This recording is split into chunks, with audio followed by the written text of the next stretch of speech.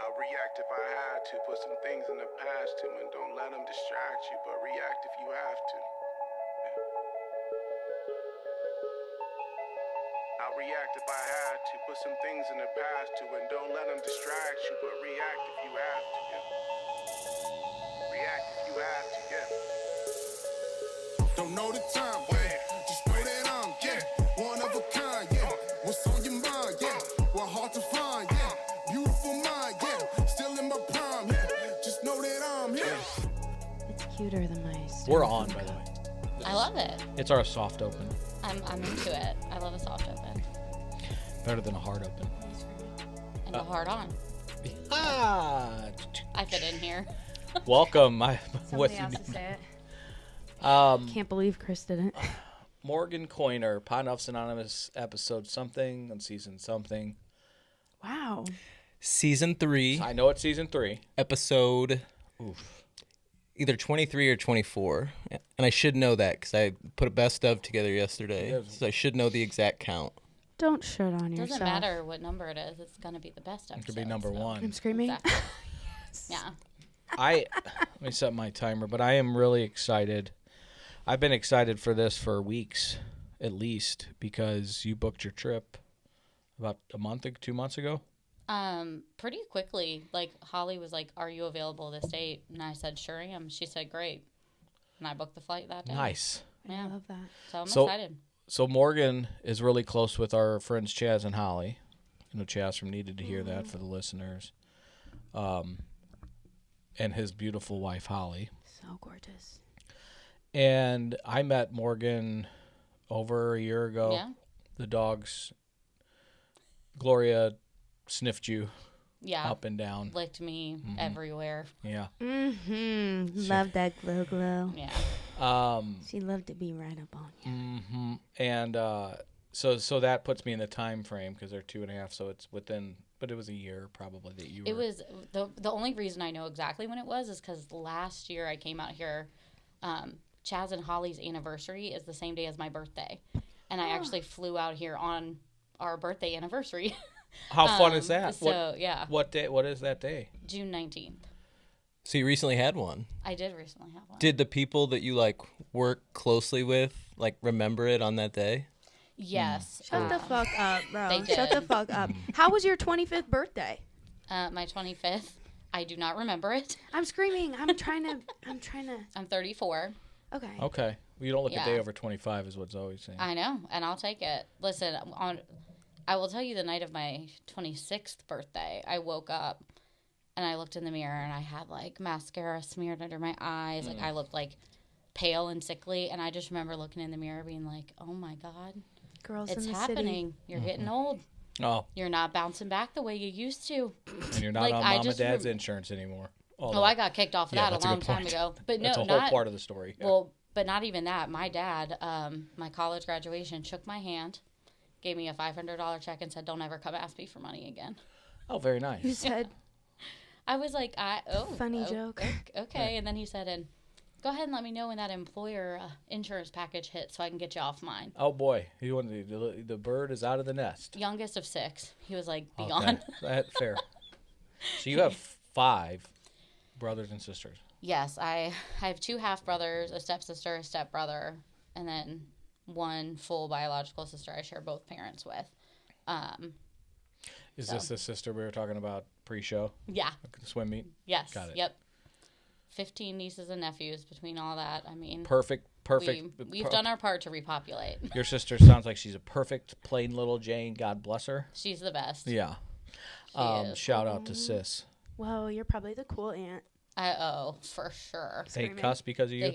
They no, but I do say certain things, and my brother-in-law is like, "You need to say that grammatically correct so my kids don't learn to talk like that." And I'm like, "You're probably right, but I'm gonna Teach do your what I kids want about anyway." satire. Zoe loves when men tell people what to do like that, especially women. Here's the thing. I'm usually on board with that, but Steven is the perfect human, Okay. and Who the hell is Steven? my sister's The husband. guy Oh. that told her He what to is- I do. was like, I thought his name was Jesus. Well, that one too. Yeah. Screaming. Okay, keep going. Um, Stephen, great But job. no, Steven's the best, and bless him, he had no idea what he was marrying into, and He's handled it with grace. Amen. Aw. So where were you born I was born in Waynesboro, Virginia. and raised in? I was raised outside of Richmond. Okay. Is Yep. Waynesboro near Richmond? Waynesboro is like a really tiny town in the Shenandoah Valley. Richmond's like an hour and a half Name of away a country from there. band? Shenandoah? Oh yeah, Yeah. yep, yeah. So that's where my family's from. That's Sitting next to you, sitting next to me. Yeah, Mm-hmm. Ain't 2 no dozen place where roses. I'd rather be next to you, sitting next to me. Not That's their shit. best hit. Isn't that them? Yeah, but not their best hit. 2 dozen roses. That's right. Yeah. 2 dozen. How does give it to me? If I had 2 dozen roses. Okay. Come on, guys, put some fucking soul into it. She's a vocalist. I am. I can't. We'll go down a whole other. Oh, it's always getting trashed online right now because her.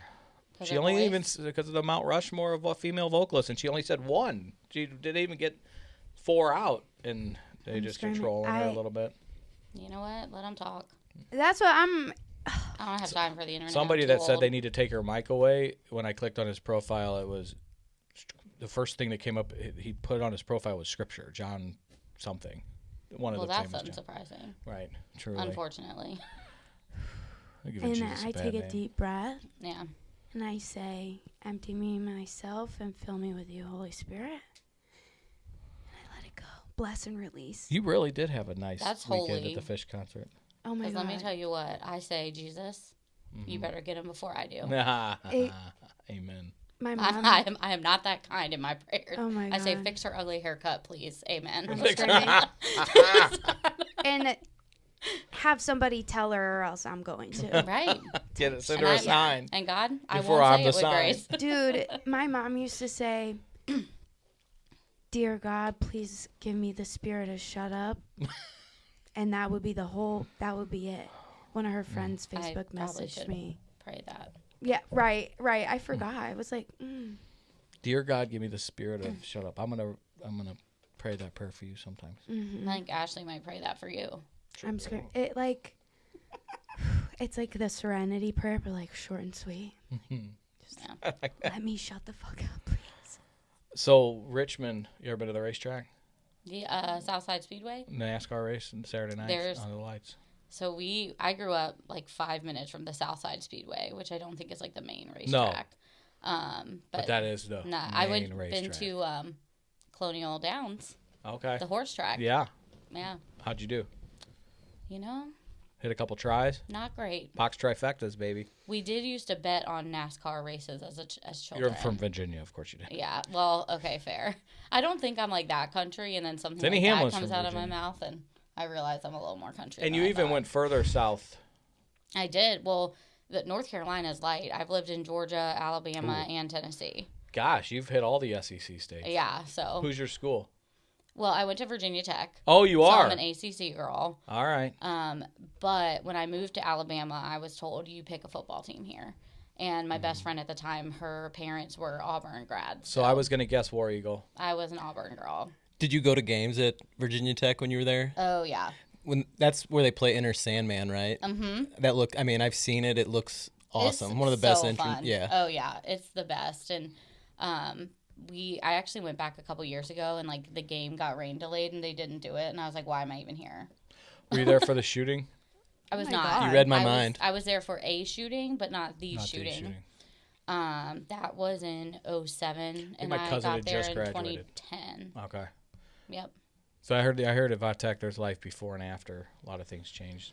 Yeah, and That I mean, motherfucker was the most evil pieces of shit out there. Like he was locking the door so people couldn't get out. a friend of mine was his freshman roommate. No fuck. Wow. Yeah, How's that You know a person? guy. he's okay. I mean, he just was kind of like, I didn't know, like, he was quiet. He didn't talk much. He came to the room and slept, and he went to his classes, and that was it, you know? Do you remember that poem the woman Nikki gave? Giovanni. Yeah. I took a class from her. I get Incredible. goosebumps. I get that fucking. Was she Raleigh? Do you remember that? What she Vaguely. did? We are Virginia Tech. Yep. Bingo. I It's- remember that. Yeah, and she was an interesting woman, but I took a poetry class with her. Creative writing was my minor. Went on to get my graduate degree in it, and I have a poem that I wrote where Nikki Giovanni gave me an A and said I was talented. Get the fuck out of here. And, That's like, awesome. I feel Oh like my I probably need God. to, like, frame it. Put it because on I'm a like, t-shirt. I'm amazing. You gotta, Yeah. if you've never heard her, you gotta look her up. You'd fall in love with She's this incredible. She passed away woman. Did she? 2 years ago, maybe? Oh, Yeah. Okay. Because, I mean, Legend she gone. was 2007, a short, like you could tell she was getting up there in age, but she was fiery, and that fired her up, and that rallied that whole fucking community, man. Cool. Yeah. It was, And that was, in history, I mean, the biggest body count on one of these fucking things in the 30s. 32. Jesus, man. Yeah. Yeah. When I was there, there was a shooting. Someone shot a police officer, and it was so scary. Especially at Virginia Tech. And that wasn't long after, if you were there No, in it was 2010. 4 years later. It was my sophomore year, and I didn't sleep for like 3 days afterwards. Oh, like God. Did he make it, or she, the cop? No. Fuck. No, and the person ended up killing themselves. Is that what happened to the... I can't believe you had a friend that was a roommate with this I know. fucking Isn't that psycho. crazy? Especially for the high school ones, college too. But I cannot imagine what it must be like the first time going back. I don't know how I could do it. Yeah. I don't know how I could go back in that place. Yeah. I don't either. Like, I mean, what do you know what building it was in? Because he like tried Yep. It was actually, I lived in one of the buildings so there was a shooting in a dorm, and I lived in that dorm, and he killed 2 people there, and then he went across campus to Norris Hall, which if you've seen the pictures of Virginia Tech, there's like that big gorgeous building in the middle. Right. It's the one right to the right of that. And he went across campus and started shooting in that building, and that's Virginia Tech kind of created like the text alert emergency system. That's because right. the reason he was able to have such a high casualty count is because there wasn't a great coordinated response That's to right. the shooting that happened in the dorm, and they weren't able to like let everybody know that someone was out there. But like one of the professors who like body blocked the door for students like survived the Holocaust and ended up dying protecting his students. Like it just was so, and like there's a memorial there. I was in a sorority, and one of the sorority sisters in my chapter was one of the 32 victims. So there are a lot of things, even not being there, that like you feel very connected to the history of it and like the legacy and this kind of idea that they kind of give you when you go there of like, like you're part of the Virginia Tech legacy, which means like you do carry part of this. And like it's an interesting thing, because that is like the most known. It's a thing. It's a card in Cards Against Humanity, the Virginia Tech massacre. It is. That's You know what I mean? Which like everything's offensive to somebody, right? Like the Holocaust is a card. Yeah, Horribly offensive, right? Right. But it's interesting because I'm like, to me, it's just the little state school I went to. Like, we're good at football. It's funny, and- ever since, and my cousin, John, who had just gotten, I think he may have graduated in 06. From Tech? Yeah. Oh. So but then, the Michael Vick, like, played from Virginia Tech, and before, people... Before he fell from grace? Yeah, right. Before he found out he was horrific to animals. But I think has since tried to redeem himself and all that. But before that, like, he was just a fucking amazing football player to watch. Yeah. And he put kind of Virginia Tech, like people would watch Vatech football here in St. Louis because it was appointment TV. I think my cousin was there then. And then, so that shooting, I mean, you always pull for Vatech if they're not playing Illinois, which they have beat us, I think, in the tournament before. ILL. Before we get off that, there was a girl I was at a work conference with that works, my civilian job, I call it. She was there, and she was telling me about the text alert stuff, and she said that like towers weren't what they are now, so people couldn't like call their parents and tell them they were okay. So the parents are watching this shit on breaking news. I remember watching it from Fridays at the tavern, but they couldn't call out because everything got jammed and blocked. I mean, that was even true when I was there for... we were on lockdown for like 6 hours when I was there. Because of the shooting. And you couldn't get to... I think I got a text through to one person. I was like, I'm going to need you to just tell everybody I'm safe. Right. Yeah. That's like wild. you just couldn't get through. And I mean, it was like that for 2 or 3 days. Like it's like the whole system got screwed up. Hopefully they got that ironed out. Well, they also now have like AT&T and Verizon have these like first responder like the emergency areas can supersede, and so like your cell phone might get blocked. Sure. But like if I'm in the crisis They area, don't realize mine how will go important I through. am. Right. You know, and so, I got to get shit out. exactly. Especially if I got bets to make. Yeah. You know. Do you know how long he was walking around? You know, I don't remember. It was not. It was pretty quick. I think. I don't think it was more than 2 hours. I think there was maybe 30 minutes between the first and the second shooting. And the second shooting was classrooms, which is, again, why there were so many casualties. But. It seems like eternity, though. Oh, I'm sure. If it's 5 minutes, it probably feels right. like it. Yeah. Yeah. Well, to stick to the morbid stuff, tell us about all your fucking trauma. I mean. 'Cause I know you got a so lot I'm of it. like, where do I start? So you grew up outside of Richmond. I did. I grew up outside of Richmond. Yep. Oh, sorry. Were you did you hit it hard in college? Oh yeah. What about high school? Because you seem Yes, I took my first shot of vodka when I was 12. All right. My aunt got married, and my mom was like, "What I don't know, I don't see." And so Weddings. my cousins, who were like 18 years old, were like, "Oh hell yeah, let's do vodka shots." Just straight vodka? Yeah, with like a lemon chaser. And Do you I'm remember like, what kind? Gross. No, I don't think I knew enough to know. But like my Maybe it wasn't mom's Rumpelman, family, Sophie. Anyway. my mom's family are drinkers. Like they always have a beer in hand. Sure. They're double digits. We can drink. Mm-hmm. They have special coffee, which is just Love special coffee. Bailey's, or whiskey in the coffee. Speaking of coffee, Iggy brought us a butter dish full of coffee. Oh, nice. Wanted me to give that to you. Thank you so much. The butter Iggy. dish as like a container is Our friend Iggy brought so I said- Midwest. Butter dish. I was like looking on the table, like Yeah, I we're was about to looking have for a it. nice dinner. Yeah. Country crock tub, I think, would be the more apt tub description. is the Yeah. word we For those that needed. are listening, Tub of love. he also one time brought Zoe a plate of fish to drug church. I don't know why he uses an what? E, but it was Fish. great salmon. Oh, Cooked fit. fish. I was like, fash. Exactly. Fish. It's disgusting. Somebody ever brought you a plate of cooked fish? I don't think I've been loved in that specific way. I got it. Screaming. Other than, well, my sister will make me salmon. Sure. I had a blood pressure scare a couple years ago, and Okay. I was like legit on bed rest at stroke risk, and the doctor was like, "You may eat nothing," basically. So my sister made me like salmon with white rice Yep. with no seasoning, while I just kind of sobbed into the plate. I can't eat that. It was tough. It's a fishy fish. It was. Fishy I love fish. salmon, but like also the second someone tells you you can't, blah blah blah, done. I'm done for. So Absolutely. It could be anything. Yeah. somebody finally told you you couldn't drink, but maybe that was you. But anyway, you Well, first shot of vodka. So first shot of vodka when I was 12. And then after that, it was kind of like if we were at a family function, we were allowed to drink. And mostly it was like Smirnoff, Smirnoff Ice. Yeah, Zimas. Not like Take a knee. vodka. What's that mean? Before that, Getting we were iced. drinking them before that was a thing. I'm screaming. You invented it. I probably. Wow. Thank you. And you're welcome. I also Only done invented it once slap the and it bag, didn't and we'll work. talk about that. Okay.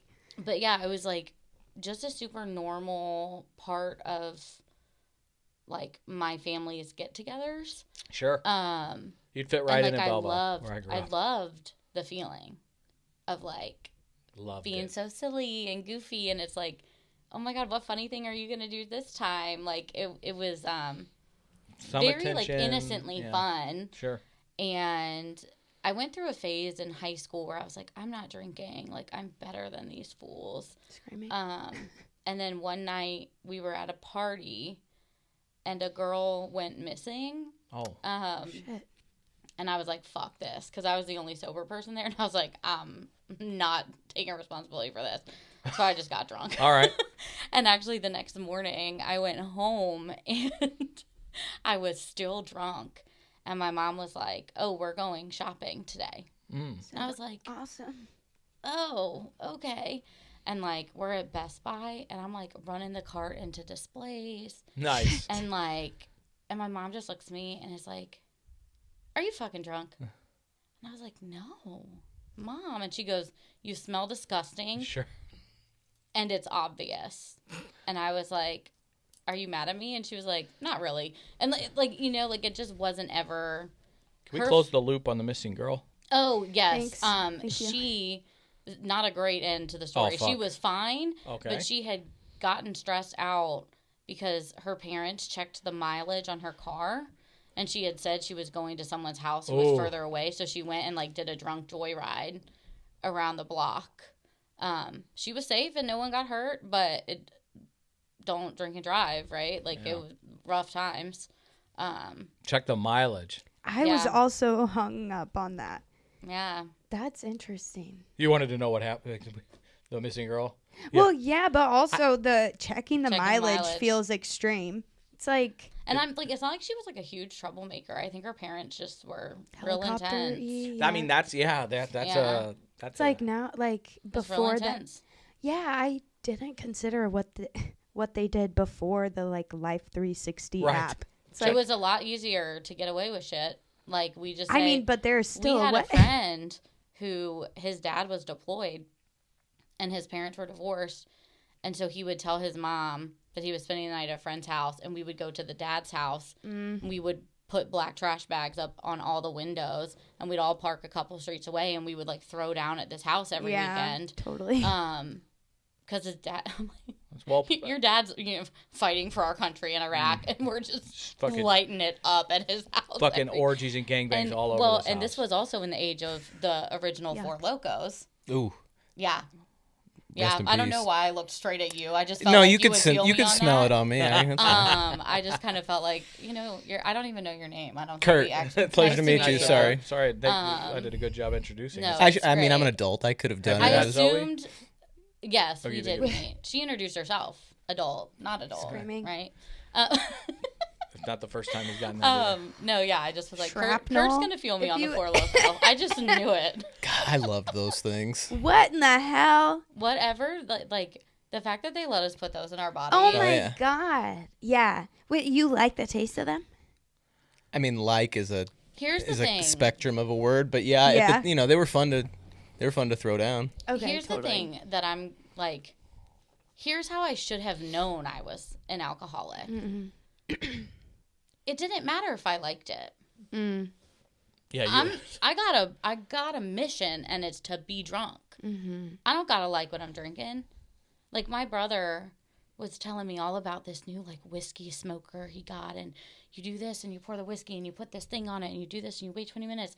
And I looked him dead in the eye, not even kidding. I said, "That's a lot of effort to get drunk." sure. Screaming. Yeah. Have you heard of the gas station? And he looks at me and he goes, "I think I get what you mean now." Finally making sense. And I was like, "What?" And he goes, "It's not about getting drunk, Morgan." And I was like, "Oh." To you? I was like, I think I now understand really that I Yeah. have a problem with like, and this is like, I was like 4 years sober during this conversation. I was like, I'm starting to understand what actually Yeah. this Yeah. looks like in my brain. Yeah, fuck Leaving your little space. sippers. Yeah, I you was know what like, I mean? why would you could just drink it out of the bottle. You don't have to smoke it. Nothing. Like what? Just open it. Yeah.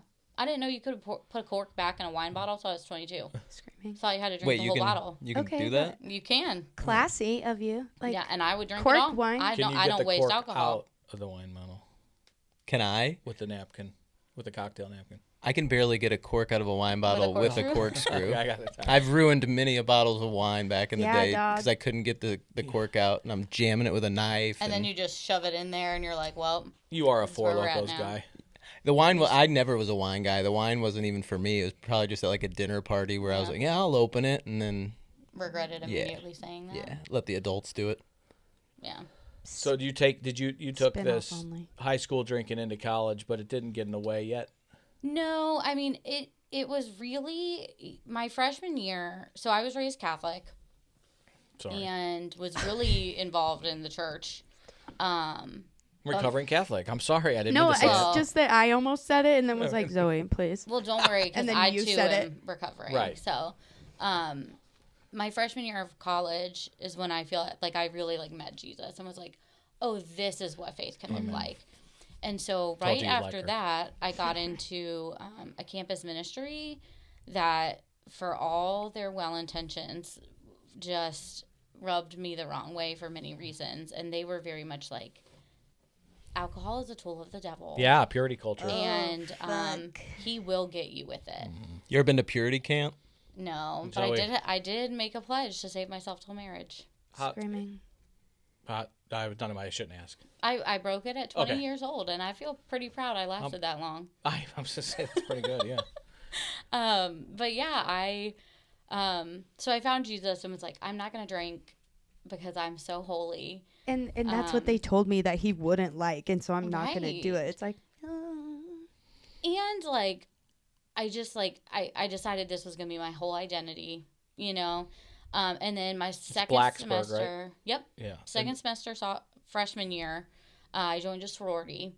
And I will say this till Okay. the day I die. girl who does it both. The sorority is not why I started drinking again. Like, people were going to be like, oh, of course, like Greek life. And, like, Pillow fights. it is not the Sorry. sorority's fault. Is That's it a the video. churches? My big sister in the sorority made it very clear, like, if you don't drink, no one will ever pressure you. You do not have to do it. Like, we will love you how you are. Wow. But I just got tired of watching other people have fun. Sure. No, I appreciate you Right? saying that. So can you tell the sorority name? Oh, yeah, it was a Kappa Kappa Gamma. All right. Yep. What's the hand? What's the? Just a K. Okay. Yeah. Okay. So, Kurt likes some Tri-Delts. well, if your girlfriend won't try it out. Diamond. Right? I know all That's funny. If I your know all of girlfriend. them. If it hurts to pee, it's alpha phi. Ah. Yeah. What's the cheeseburger one? It's really mean. Oh, I don't know that one. There's Phi Mu. Sophie, my Oh. sister There's was in Visa MasterCard. That's Kappa Kappa Gamma. Gamma Oh. Phi. I don't know theirs. What's the And one no that hurts offense to to pee? any of these sororities. I love all of you. What's the? Alpha Phi. If it hurts to pee, it's Alpha Phi. I like the alpha fees. That means they're easy. Well, and they have STDs. Well, I get that. That's just Okay, kind of. yeah. That's just. It doesn't matter to No. some It's people. like catching a cold these days. Yeah, well, what that they shit's say. curable. No, Yeah, I'm just right. kidding. I got medicine for everything. I mean, it is, but I don't want one. Yeah, the face wasn't at you. No. Oh my gosh. So yeah, I joined a sorority and started drinking again. And sure, being around that is probably part of it. I think it's very hard to be around drinking and not be drunk because drunk people are the worst objectively. Very annoying. And, you know, by sophomore year, I was drunk Wednesday, Thursday, Friday, Saturday, Sunday. Sunday fun day. Like, just Wait, so did you go to U of I? ripping it. Right. What was wrong with Monday and Tuesday? I tried to get all my work done on Monday and Okay. Tuesday. I really tried to treat college like a 9 to 5. Like, I would work during the day so I could got it. fuck it up at night. Nice. Um, Because you're. I Cheers, mean, girls in the city. GITC, baby. what is that? we don't have. I mean, how It's long my do they have? lifestyle. Okay. GITC, I love. and it's a Girls new in the show. Where City. it's Kurt and Zoe are girls in the city. Oh. We just had our debut episode last week. I'm getting railed online for not like I really love this. excitedly adding Mariah Carey to my female vocalist Mount Rushmore, but anyway. That guy did have There's- nice abs. There's a time that Mariah Carey would have made the list. I like him so Be careful. not even gonna say it. Let the Morgan. people come for me, Chris. Don't- Let them come for me. It's fostered some like good conversation, I will say. I love that it turned into like a Big fan of fucking Possum Reddit. Belly. They're Fuck not on Possum Belly. Possum Belly's band is not on your Mount Rushmore anymore. No. If you've heard one Alice in Chains cover, you've heard them all. Hey, if they hopped on and followed the account, then We're- this is like Ellis Island. All are welcome. Yeah, I think Whoa. I think we formed a friendship over your little exchange with Possum Belly, the Possum Belly band. Good cop, bad cop. I'll be the bad You guy. got it. Do you I'm see so out of the like chat right now. I the have way that no I clue just what's like happening. black out? Sometimes you saw it happening. You're I was like, disassociating. lights is on, the clinical nobody term home. For that. Yeah. It's usually when we talk sports. And I only know that because I too dissociate. So does Because my of- wife. Because of all the trauma. Helpful sometimes. Ashley's a It is. professional at dissociating. Oh, I'm so great at Gotta it. be Living that with me or and Charlie, yeah. Yeah. That's where you were going with that, right? what? Nothing. So I tried that in college. Yeah. What, the frat life? No. I used to just string them out on heavily cut blow and bang all their Oh, girlfriends. But yeah, well. the I was friends with Pikes. I didn't want to. I wasn't going to eat a cracker to be a Pike. I had friends already. You're not an elephant walk guy? No, I'm a friend. I'm a friendly guy. I got friends. I'm not going to eat somebody's pasted cracker. Screaming. But God bless my buddies that are Pikes that are Right, listening to this and yeah, get mad yeah. at me because I told everybody they ate the cracker. Gross. It's just I know. communion. Truly. Got nothing, and I The don't 9 want to it. 5, like Yep. I tried to make it. The problem was I was drunk and coked up till about 7:30 a.m. Yeah. And when you try to lock down at 9 after 90 minutes, it's just So not here's the doing thing. I am a chronic high achiever. Like You're very, very smart, by the way. Oh, thank and I'm you. not just saying that. That's very kind. Yes, nice.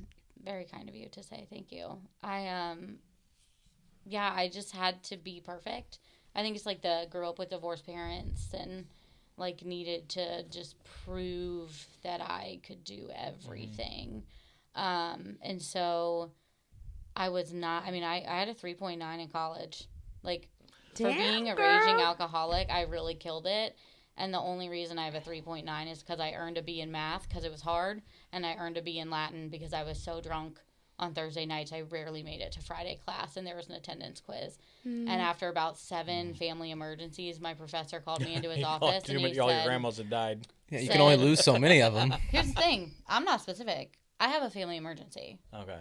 That That's could smart, be yeah. anything. Because It's me. I'm the family And- emergency. right. once your fourth, fifth grandma dies, Yeah. you've lived that life in the girl next door contest. It is. But he called me in and he was like, you and I both know there aren't family emergencies. Like, I'm not going to let this class ruin your GPA, but, like, you are not going to get an A. And I was like, that seems fair. That's kind of a compromise. Yeah, I was like, I get that. Respect. that seems fair. I absolutely earned it. I would come, when I did come to class, one time I came to class, took a quiz, barfed in the trash can I was gonna and say left. blowing like a 0.2. I mean, like, Yeah. I went in once, I fell down a flight of stairs, Nice. and my ankle, like, was swelled up like a balloon and black. Were you just drinking, or were you? I was just drinking. No I Adderall or anything? Here's the thing. Well, I did take a lot of Xanax, Oh. and I don't consider that, like, I'm like, I had a prescription. Okay. And I did, Sure. but it also was like I could get 60 Xanax for $4 every month because they just handed it out those days. So I did take a lot of Xanax, and certainly not as prescribed. I am very, very lucky Yeah, man. that I did not go down that road. It's the road my mom went down. Completely destroyed her.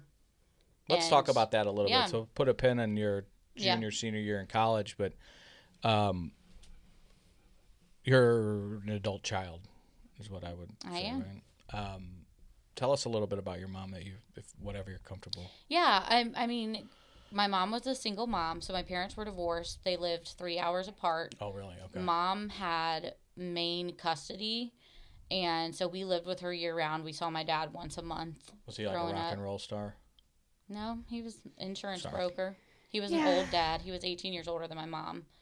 But I'm my just mom, wondering. my mom had a everyone lot on is her as plate, lucky as I am. raising 2 kids. Yeah. Mostly on her own, and she is also, for all we can piece together, bipolar, and was not medicated for it.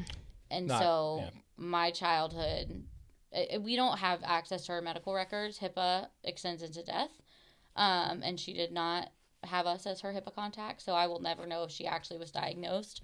But pretty much every single person I've ever spoken to who has any sort of credentials is like, yeah, that tracks. You know what's funny? It's like, what I know about you is you're absolutely qualified to say I'm 95% sure that Yeah, I'm. you've been around the block. Yeah, and experience alone. Right. Like my life That's is what I mean. marked by her ups and downs, and God Not bless. just as a daughter, but now as a professional Yeah. in the industry. I would say Yeah, if you say she was BP, she's BP. yeah, and I mean, I remember like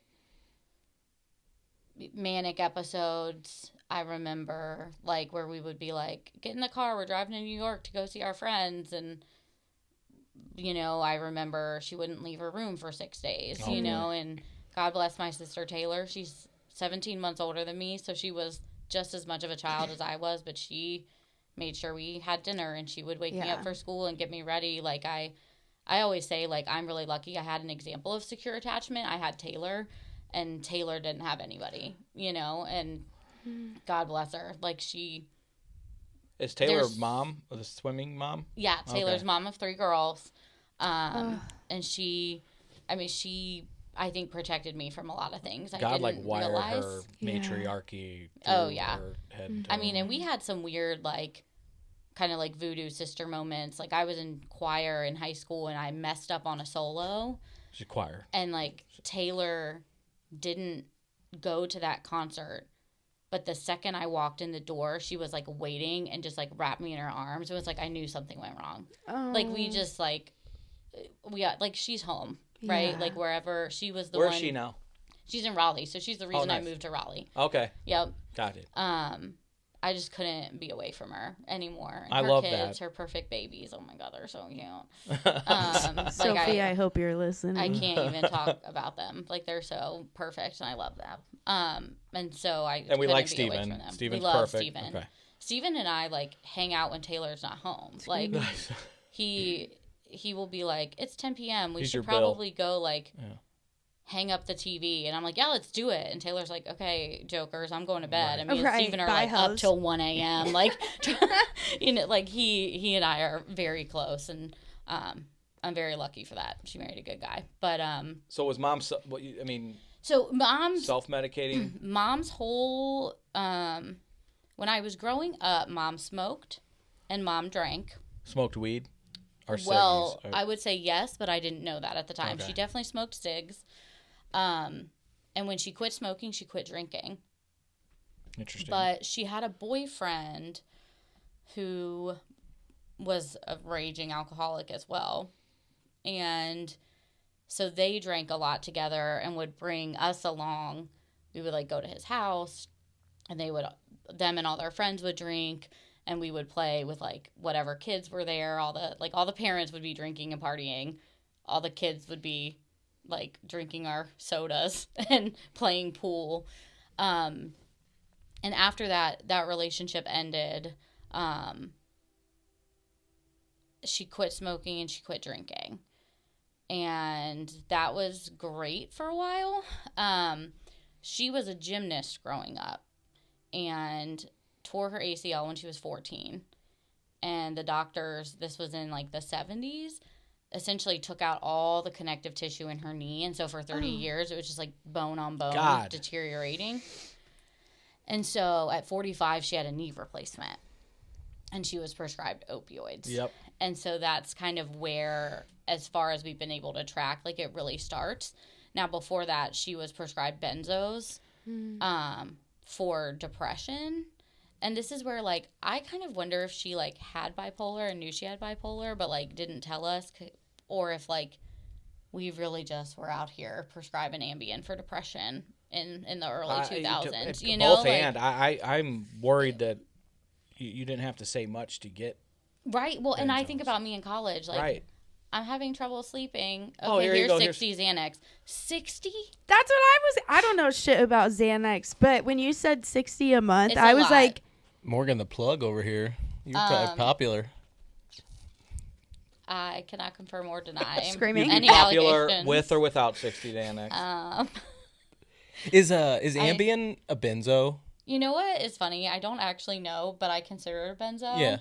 Even if it's not, like, pharmacists come at me. Nice. It is like the drug I hate the most on the planet. Ambien? Yeah.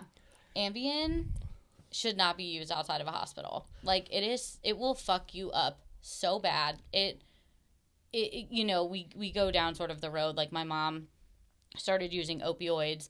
Her knee replacement, the knee that they put in her, that joint was recalled. stop. So, like, it was like a reject knee. Oh my god. She had, like, 4 follow-up surgeries. She was always in pain. Did they go in and take out? She probably had the option. They did, like, 4 revision surgeries. And they're like, you're supposed to, like, get a new replacement every 15 years. So they're like, we'll just catch you when you're 60. Oh, my gosh. Spoiler alert, she died at 57 of a fentanyl Xanax overdose. Damn. God damn it. So she didn't get the new knee, which is me coping with humor.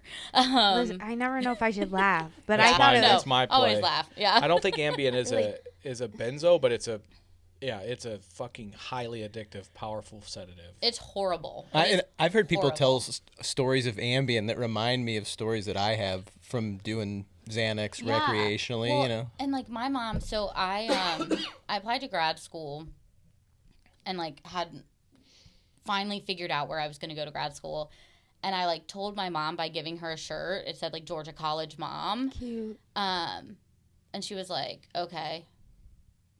And I was like, "Wow, fuck you." Right. Like, I We can was so try mad. this again if you So want. then 2 days later, she was like, "Oh my God, baby, like, where did you go? Where'd you get in? Where are you going to go?" Just out trance. Huh? And I was like, No we literally recollection? had this conversation. And she was like, "Well, I think I would remember. It's like Oh, a pretty boy. big decision." Yeah, me too, Ma. Right? Like, and so it was things like that. Like, she would lose like days of her life Whoa. just blacked out because of this Ambien. Was she drinking also? Not at that point. Because she had stopped So for a little she bit. really didn't start drinking again. So my sister got engaged in December of 2015, I think, or 2016. And when my mom got engaged, or when my sister got engaged, my mom, just something in her broke. Like, it's the only way I can describe it. And I think That's not your fault, Stephen. Just saying. it's not, and he knows it. I was like, just because she- you internalized that doesn't mean She- Stephen did. I've made a mother-in-law drink. Stephen and I planning the engagement party, like, planned out 4 separate scenarios based on how my mom would react.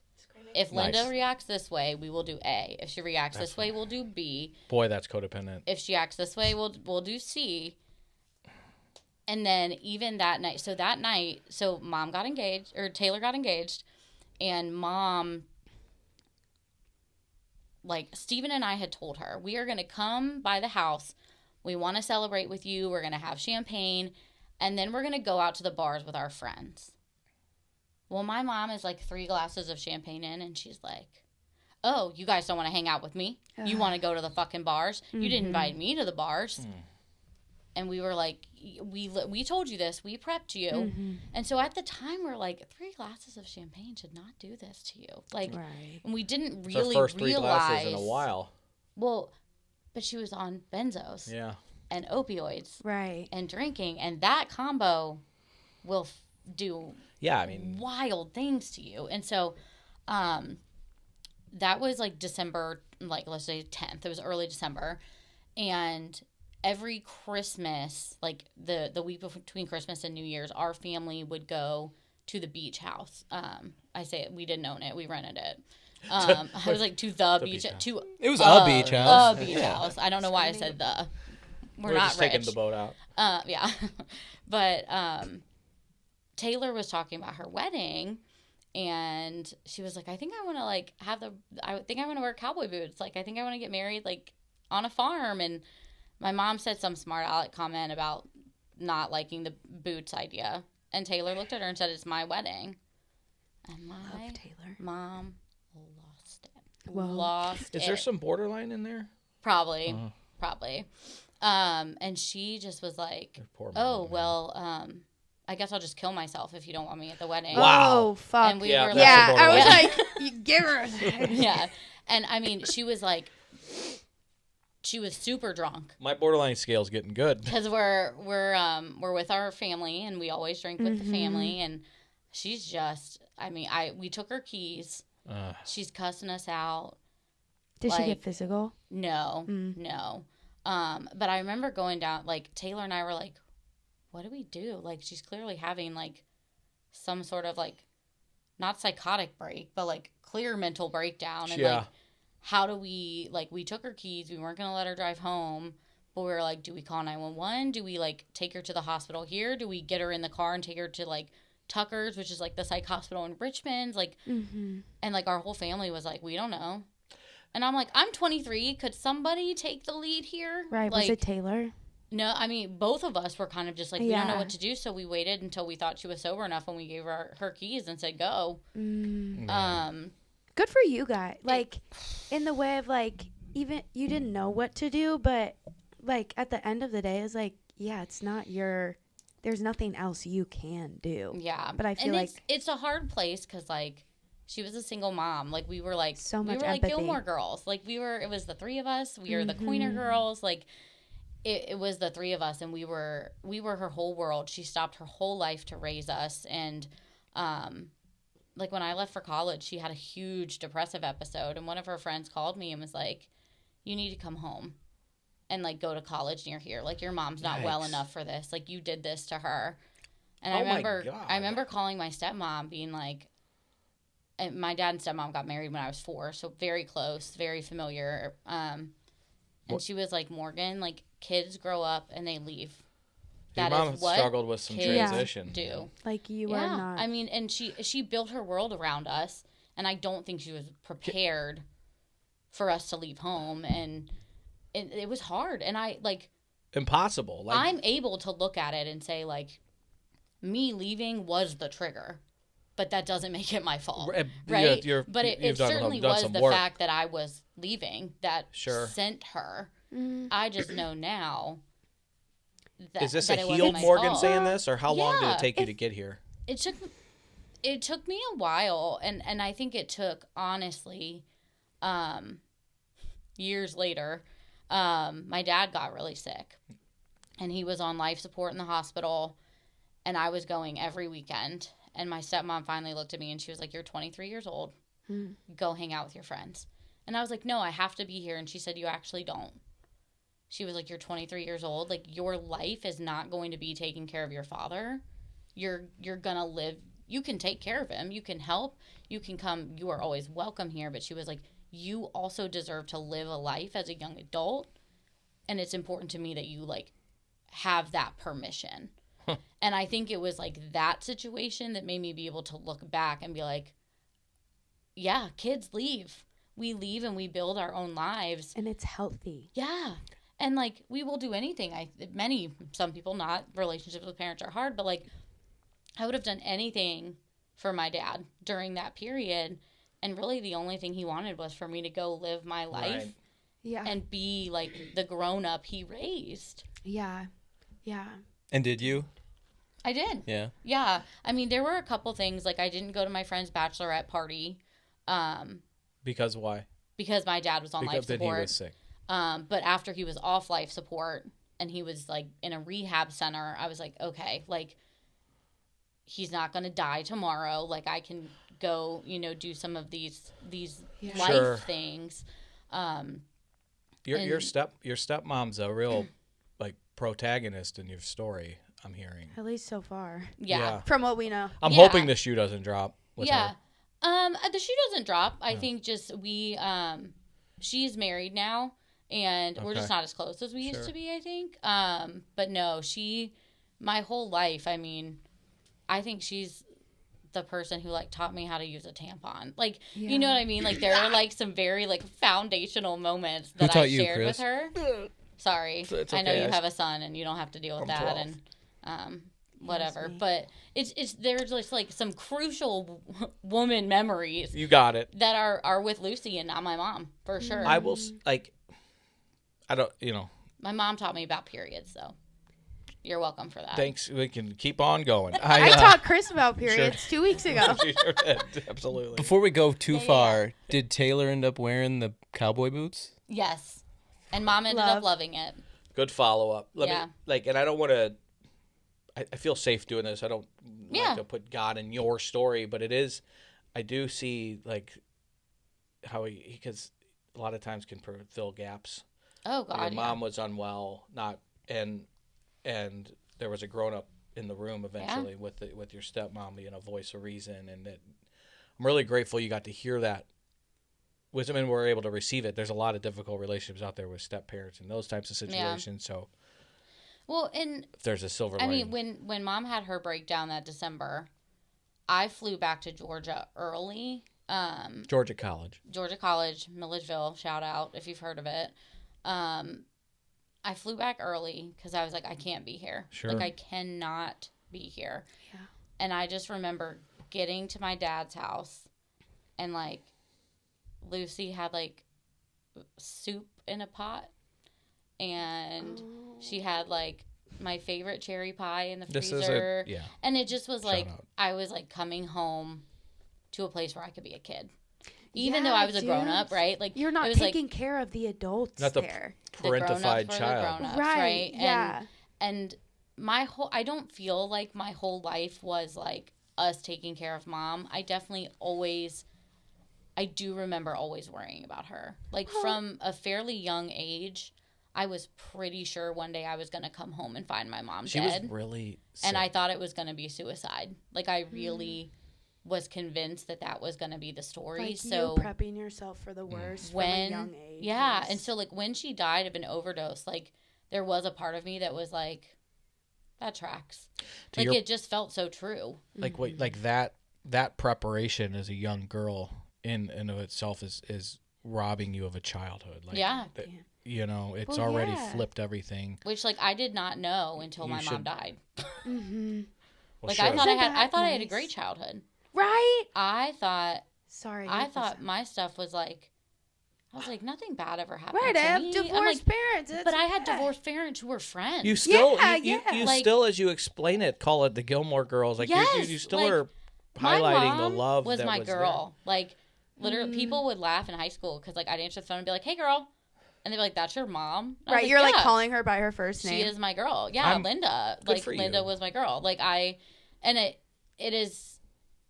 I will say this, and I say it a lot. Like it's very easy to have grace for someone's addiction when they're dead.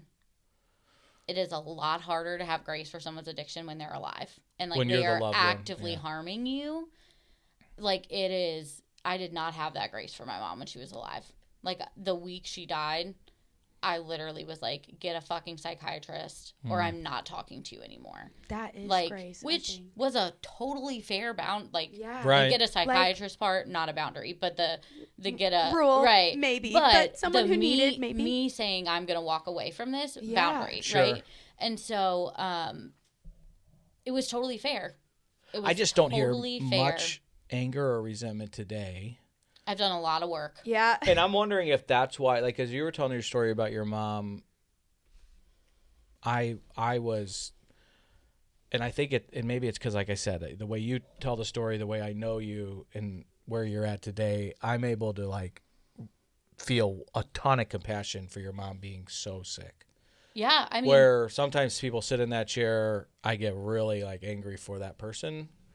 I don't know, so I'm just unpacking my own shit. But, like, I get really angry at your guy, you know, and I do know. I don't know if that's a guy-girl thing or if it's, but like the way you were talking about your mom too, and where you've gotten in your recovery and in your life and your vocation, which we'll get to. Like I'm like was hearing story after story of your mom, and I'm like, she's sick as fuck. Like she was, and she, she was one of 6, and like.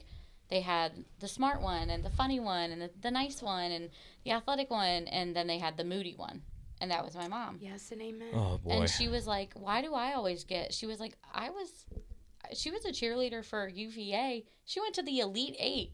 Hell and yeah! And cheered for UVA at the Elite 8. And we call her the moody one. No, that bitch was athletic. I got a picture of her doing a toe touch, and her legs are parallel to the ground. I mean, the woman was incredible. She sounds, but also maybe like uncontrollable, which is like, I feel like that's when those harmful interfamilial like narratives start happening, is like, oh, well, she's pushing back, so we have to make her feel small. Right. Like whether they know they're doing it or not. But it was like, that makes sense too, though. It's like the behavioral health behind like all of this, hearing that as like her childhood, and then like so fucking sick because she could never be perfect enough. Like and then they try to cure depression with Ambien. Right. They took her off all her like SSRIs and were like, Ambien's gonna do the trick. Really interesting move. Taylor and I still to this day are like, treatment. Get me those fucking medical records. Release the files. Let me talk to whoever that doctor was. I want to know what he was thinking, because I don't think he acted in bad faith. And I'm also like, what the hell was she telling them? And then I'm like, I mean, you want to know if knowledge is power here. Like, but like, psychiatrists are smart. Like, I think I can pull one over on my therapist sometimes. I can't. Mm-hmm. Like, she'll straight up be like, I know you just dodged that question. I'm going to let you do it, but I want you to know I saw it, right? And, like, I'm like, they had to have been able to, like, I mean, I got tested for bipolar when I was in grad school because I was so scared that I was going to be just like my mom. Like, so, like, in the worst ways, right? And I'm like my mom in so many beautiful, wonderful ways, down to, like, I do these weird puzzle books I order online. You were fucking around with a crossword puzzle last night. I was. I love that shit. And, like, that is my mom and me, like, in a cool way. And I just was scared I was going to be my mom in the, like, can't get a fucking grip on my life way. And for a while I was. So how old were you when she finally passed? I was 27. In a tragic way that you almost predicted as a little girl. I mean, she didn't die by suicide per se. That was ruled out immediately. So my sister, unfortunately, was the one who had to go and deal with it. Of course. Taylor. We did not have a key to her apartment. Thank God. I am, like, to this day, even my cousin lived in the same city as my mom, and we hadn't heard from my mom in 12 hours. My mom had, like, overdosed at work, or, like, she was pulled out of a meeting because she had been hallucinating. And they got her home, and they called Taylor, and were like, you need to come, like, we need to call 911, like, something's going on. And of course my mom threw a fit, and so the compromise was someone she worked with, her husband was an EMT, so mom said, well, Doug can come and look at me. And then that's how I found out that if you take too much Imodium, it mimics the effects of heroin.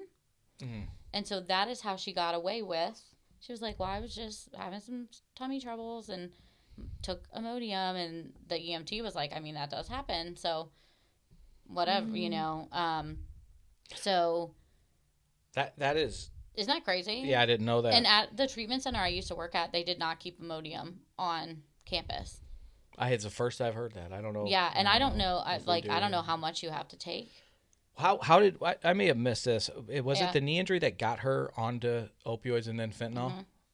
Yeah, which is that's a common story. I remember in high school her, like, ordering pills on the internet and being like, oh, well, this is just because, like, doctors don't really understand my pain. And I was like, yeah, tracks. Like, you're in pain, take meds, whatever. Like, looking back now, I'm like, red flag.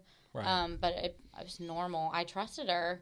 And we were a very pro-medication family. Like, just didn't have a pro-medication doctor when they took him off for SSRIs. Yeah.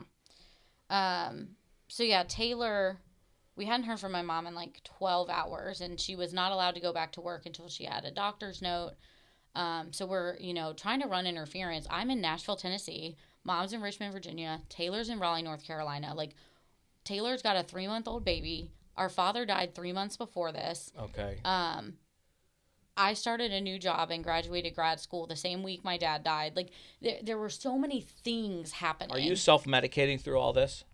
Yes. Okay, yeah, we're Yes. still, so the time continuum's still, we're yeah, still so on I had tried to get sober in October, and, like, this was all happening my dad died in May. And so I actually started drinking again the day I found out my dad was going into hospice. And so I had been sober for, like, 3 months. I was really scared I was going to miss the birth of my niece. I knew I had a problem. How'd you try to get sober? I went to AA. Oh, because I was I didn't know what else to do. Sure. I did not. I called my best friend and I said, I don't want to talk about it, but I think I have a problem and I need you to send me AA meetings. Okay. Here's my zip code. Like, I couldn't do the Google myself. like I just was like, I was like, I need you. I had woken up and I was, like, shaking, and I, like, leaned over and I puked on my bedroom floor, and I was like, something's wrong with you, and, like, you got to get it under control. But that March, my dad went into hospice, and I was like, you're probably fine. So, you're good. We're just gonna keep drinking. We're gonna numb our way through this. Yeah, right, but I wouldn't even, like, I didn't even know that's what I was doing. I just... Easy justification, though. Yeah. Like, it's... Nobody's gonna question you, really. Yeah. when you're And going like I through all that. had convinced myself that like, you know, as long as like I'm aware that, and it's so funny. I'm like, I love listening to like addict justification of their use because it's like, I was like, as long as I know I'm using it to cope, then like probably it's fine that I'm using it to cope because I'm aware of it. I was putting Pedialyte in my vodka Right. so Oh I could my start God. hydrating. Hell yeah! I mean? Like we called it magic drink, and Yeah. you put Pedialyte in your Gatorade, and it cures a hangover in 30 minutes. Put it in your vodka, it cures it. I mean, After yeah. one. Well, let me just side note. It's a good thing I didn't know about cocaine. Well, that's why I asked if you were doing Adderall. I in heard it had college. magical powers, and you basically The like. tinkle. We have this. We're getting this sponsored. What? Oh, I love. We are. I tried to set up the cameras when we redid the studio to keep her in here, but she don't give a shit. She'll just run right through all the shots. Just give her a catheter. Yeah. We just don't want her to get a UTI. Catheter. Go pee pee potty. Go pee pee potty. And if you need to Yeah. go, feel free. Nah, I'm chilling. But typically we just plow right through. So your friend sent you AA. Mm-hmm. That's a good friend. Yeah.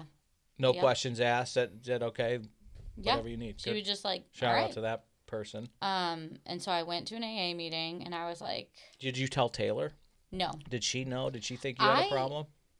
I found out years later that she and my sister Beth called each other weekly to be like, have you heard from Morgan, and do you think she's okay? Oh boy. Have they ever said why they didn't confront or? Because I couldn't hear it. Beth did Sure. try to talk to me. She, we call them closet conversations because we'd sit on the floor of her closet. It's the only place her kids wouldn't find us. And we had a closet You got a conversation. farm of these nieces and nephews. 15 of them. Holy Beth, yeah. shit. Beth has 9 kids. 9 kids. Yeah. She's Catholic. No, just loves Jesus. Okay. And Yep. not birth control. God bless Yeah, her. nope. What kind of car do they have? They drive a 12-passenger Ford. You'd van. have to. Yeah. It's wild. And now they have like a whole host of cars because they're like 21, 20, 19, Oh, boy. 17, 16. They're, but it's They so need fun. a lot. Grown-up nieces and nephews are the best. They're so fun. But So they Beth sat and you me weren't good down. at hearing it. I will never forget, I was like telling her I was blacking out like 4 times a week, and I was laughing. I thought it was funny. And she put down what she was doing, and she said, go to the closet right now. And I was like, ha ha ha. And she was like, I'm not kidding. And I remember her looking at me saying, Morgan, this degree is not worth your soul. Because I was blaming it on the location I was in. It was a small town. Like, all we did was drink. And she was like, if this degree is going to cost you your soul, you need to walk away from it. And I was like, well, I don't know if you know about how loans work, but if you don't get the degree, you got to pay them back. Oh. And, like, immediately. And I'm not going to do that. And my soul's not on the line. And she was just like, and I just remember that conversation. I'm like, I couldn't hear it. And she was like, you're acting like one of my teenagers. She was like, you're like deflecting. You won't look at me in the eye. You're turning this into a joke. How much older is Beth than you? Beth is 13 years older than me? Yeah, that's Maybe 12. That's an older sister. Yeah. Yeah. And so she Wisdom. was very much like, if you can't hear it, fine, but like, put me on the record. Like, Same mom. So, but not the same mom. no, she's my stepsister. But since my dad and stepmom got married when I was 4, like, I always just called her my sister. No. You don't have to. Yeah. I just. So Taylor and you were moms. Yep. Got it. Yes. And so I found out also that, like, I would call Taylor drunk and scream at her. And Steven, like, eventually was like, you don't answer the phone if Morgan calls after, like, 10 p.m. or whatever. Like, This is what starts I to had happen. no idea. They did never tell me in my addiction. This, like, Taylor hid that from me until, like, 2 years ago. Like, I did not know. Because, of course, I had the view so many of us have, which is, like, I'm not hurting anybody else. This is something that's going to... I'm hurting myself. God, if we. Yeah. But I'm not hurting anybody else. For some reason, I think we lie. We make that lie up because it's easy to hurt ourselves. Yeah. It's hard to hurt. I Especially the remember Taylors of Beth the world. telling me, like, you treat yourself like trash because you think you're trash. And I was like, I don't think I'm trash. And she was like, yeah, you do. Because if you didn't, you wouldn't treat yourself this way. And, like, it's so, I mean, I had been, during, like, that period of, like, it was before my dad died and before that first, like, trip to AA, had been, like, sleeping around and not being safe about it to the point where, like, I had a gynecologist basically look at me and be like, if you don't change your behavior, you will be coming in here and, like, I will be removing your cervix next year. Like Russian roulette shit. That's where we're at. And I looked at her and I was like, okay. Like, I didn't care. Yeah. I did not. And at that point, like, I did think I wanted kids. I really don't want kids anymore. And, but, like, I had no, I just did not care about myself. I was not ever, like, suicidal, but, like, I think if a bus had hit me in the street, I probably would have just shrugged. I can relate to that. You know, like. Was it more of like an apathy? Like, I think so. Rather than like sadness? I was numb. I was empty. And I was proud of it. Mm. I had a this guy. is after mom died, after dad died? No, this is before. Okay. This is like the height of like my problem. Before you tried the AA? Before I dabbled in AA. Like, I slept with a guy once and he literally like tried to spend the night and I was like, get out of my house. And he was like, you're the coldest bitch I've ever met. Girls in the city. And I was like, I am. Get out. He was like, are you kidding me? And I was like, yes, go. Like I didn't have any, like there was nothing that fazed me. Like, I was just. Brain only, logic only. I have a video of me from that time, and, like, it is scary to watch. I look dead behind the eyes. Yeah. Like, I'm just, it doesn't look like You me. didn't tell him about you as a Substack on his way out? No. No. Sorry. It was pre-Substack. Anyway. But I just didn't care about anything. And I thought I was hiding it, and I really wasn't, because my sisters were worried about me. Mm-hmm. Like, so How do you worried think you would have about me. handled it had you known that they were... Not well.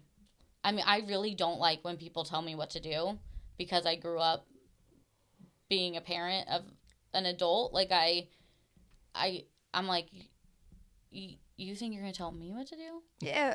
I've been telling myself what to do since I was 10. Mm-hmm. You know, like, it really is like an instant trigger.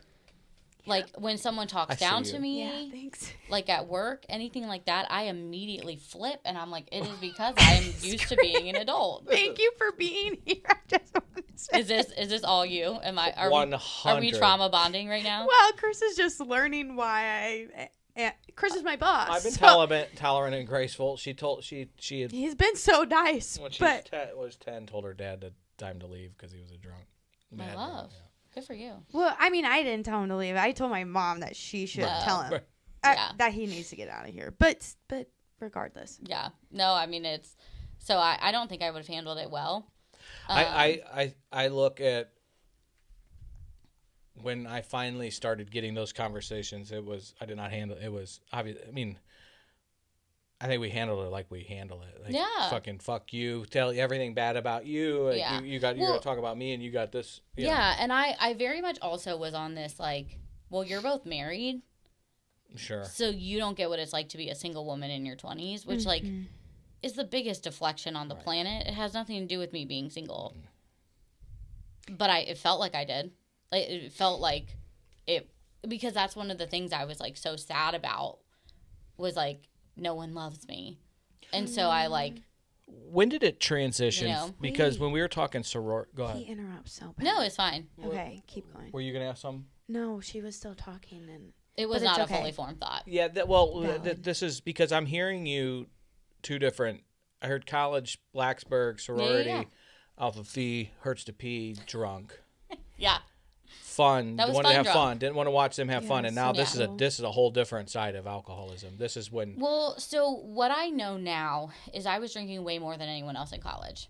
And I do remember a few times my college boyfriend and I getting in fights because, like, I would drink, like, 3/4 of a fifth by myself. you're putting this fucker under the table, aren't you? And he's like, I'm embarrassed by you. Ooh. And, like, now he was an asshole and did Sure. not handle it kindly. sometimes kindness isn't And what there's... we need. Right. He was just mad you could drink more than him. Well, he was also this big around. Nice shot. So... Micro ween, she yeah. said. No, Oh, that's not what I meant. You meant Did you just automatically go to I that? just meant he was, like, so skinny that, like, he God, couldn't. You keep went any like alcohol in this. his I was system. thinking you were talking cannoli. Yeah, I- not rest everyone assured- is just constantly thinking about dicks, dude. Neither Not either. That was Okay. Yeah, he doth protest too much. Okay. What's funny is based on the conversations Chris and I have had in the last 24 hours, that was such a fair Thank you. question. I appreciate. I you sticking mean, up for me. sometimes the guys like this are swinging Thor's hammer. You can't make assumptions. That's true. Got It'd it. be the skinny boys with those anacondas. Oh fuck. Love I'm Jesse so into Reyes. We need her So- on Girls in the City. Yeah, She would be yeah, great. you should go. I love it. I'm around. But I just couldn't hear it. Like, I mean, and again, he did not say it in a way that was conducive to me hearing it, but like I was drinking so much, and I Sure. thought everyone was. And not doing coke too, which is wild. Because Right. I heard it's like After the a first magic. fifth, I needed a Yeah. couple lines, and then here comes fifth number 2. Yeah, if I had known about coke, I think I'd be dead. Like, I full stop. I like, and I say this with absolutely no irony. Like, it is God's grace that I did not know that coke would do that for me, because Yeah. I would be dead. I mean, I always say like my drug Because of if I choice could is have alcohol. kept drinking, Yeah. I'd have done anything to keep drinking. And that cocaine was a tool for me to use my drug of choice. And it is a good thing I didn't know about it. Mhm. Like, Amen. someone told me recently, they're like, "How did you not do cocaine?" I mean, like, that's wild. and I was like, Jesus, like, it is, I swear, the only reason. Like, and my mom put a healthy fear in me of drugs, Yeah. which is ironic, but Right. she was The very single much mom's like, you don't really- touch hard shit. And cocaine was in the category of hard shit. And so we Yeah. didn't touch it. We didn't play that Well, game. good for you. I mean, that is so true, and that is my story through and through. Is I never like woke up wanting blow or speed. Yeah. I woke up wanting alcohol, and then when I got too blurry or couldn't drive or and Yeah. couldn't drink anymore, I'd do some coke and I'd be ready to go again. Yeah. all Man, over. I'm very lucky. Like, and my story is interesting because I feel like I dodged a lot of bullets that a lot of people don't dodge. You know, Sure. Perhaps they were even diverted. yeah. And they're Yeah. not dodging them to the maybe I've had 2 overdose deaths in the last 36 hours. Yeah. Of people that one real close to home, one close enough to home. Yeah. And it's, you'd mentioned earlier about Imodium and heroin, but you can't even get heroin anymore. It's all fentanyl. And Yeah. Well, my mom, the pills that she was found with, were pure fentanyl. They were marked. She thought they were Percocet. They looked like Percocets, but there was no. That's an instant killer. Fentanyl was the only opioid in her body. I was gonna say, because I don't know a whole lot about it, but I hear like a spec worth can get you. Yeah, and what's scary too is actually they just threw out some research that people's tolerance to fentanyl is growing because fentanyl is in everything. Mm-hmm. And what people say is, like, if you survive fentanyl, like, it's the best high you'll ever have, and that's why people chase it and they end up dead. But a packed pill of fentanyl, you're not coming back. Yeah. I mean, Wow. for a non-fentanyl user, like a tip of a pencil is enough to take of carfentanil, you're done. Yeah. Go ahead. Just from a drug dealer's or producer's perspective, I get asked this a lot. I understand that. Is the idea of putting that in it to cut it, stretch it? It's cheaper to produce, But if you know you're Right. killing your customer base, like but what's there's so many more. yeah, You're not really killing your customer base because so many people. are one getting- dies and 100 Yeah. more. Let me tell you. So Yeah. that's Like, that's addicts what's have sad told me- about it, is, Addicts like- have told me that when they find out somebody overdoses, they want that because they're not going to use that much, but they want that fentanyl. They want what's on the street. And the other thing you see is people get out of treatment and they use what they were using pre-treatment, not realizing that their tolerance has lowered. I call that the overdose of yesterday because it was really that's the big heroin overdose, because heroin wasn't as lethal, but with folks like that couldn't handle it because they would just go back to the same dosage. And extremely noob question here, but fentanyl medically is used like in Childbirth type pain. Yeah. And it's used Pancreatitis. it's used in anesthesia. So Really? like my brother-in-law, Beth's husband, is an anesthesiologist, and when we got my mom's toxicology report, she had like 0.0098 micrograms of fentanyl in her. So like not a And he was like, yeah, that's more than we use. You know what I mean? Like, it was Wow. Like, but it's a very dear friend of mine who works with me at APNC just had a mastectomy, and she had fentanyl in the OR, and we asked about it, and the doctor was like, in that setting, you do want it. But, like, I respect the fact that, like, post-surgery, like, we're not going to do opioids, and I don't think she took any. Mm-hmm. But he was like, in that setting, like, you want the fentanyl. Yeah. Because we're cutting you open. Like, it's... Right. This is what it was built for, right? So, Exactly. That's why yeah. it's a thing, is it? Mm-hmm. And then you get the fentanyl patches for, like, people who have chronic back pain and stuff like that. But I'm so sorry, y'all. I really have to burp, That's all right. and I just don't want to Girls burp in the middle of our in conversation. I'm gonna do City. one too to make you feel at home. We I've been always holding it in, I need to. You don't have to hold it. and I was like, I really don't want to, like, burp over I'm so bad somebody, at 'cause then- introductions. I should have introed Morgan better because she's like the top executive at APNC or Yeah, Addiction Professionals of North North Carolina. and we're gonna get to that, but it's with all due respect that we put that at the beginning somehow. So if I need to record and this can stay in, but people can know I'm an idiot. They already do, but it's really important. You know what time it is? 3 put-ups for every put-down. It's not sponsored yet. Once it gets sponsored, Don't care. I'm I'm waiting. I is kind. I'm kind. I is smart. I is smart. I'm funny. Oh, Thank you. it's important. It's the last one. But. Did you mention earlier what you went to college for? No. I'm laughing because I have 2 bachelor's degrees. One is in religion and one is in classical studies. And then my master's degree is in creative writing. You're getting 0 for 3 on jobs. 100%. What does classical studies It is entail? ancient Greek and Latin, Okay. and like Greek and Very, Roman history. like, It's real nerdy. Religion. It I makes probably basically very helpful. Took ancient Greek to get better at reading the Torah. New Testament in its original language, and then took so many classes. I was like 6 credits away from just getting a second degree. Fuck. Yeah. So I like technically, that's like my weird flex is like I actually have 2 college like undergrad diplomas. Cool. I got 2 like whole ass degrees, not just a double major. I borrow a couple of those hours. I wouldn't mind. Did you have to put yourself through college? No, I was very lucky. My parents paid for my undergrad, which was a hell of a blessing, and like one of the greatest gifts they ever gave me. Yeah. Do you know when the turn from was it the asshole boyfriend, but the fun drunk to? I can tell you the day I turned my feelings off. Okay. When I was even in better. grad school, I like fell in love with this guy, and like he did not love me back. And he said to me, and I quote, Oh, because God. this is one of my favorite things a man has ever said to me. This is gonna piss me off. Probably not, because it's like not that mean, but he said, I mean, it's not like you're defective as a person or anything. But like, I just don't like you like that.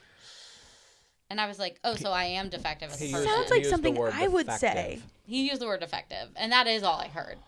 He was like, no, I said you're not defective. I was Well, like, yeah, we defective, got defective, it. defective.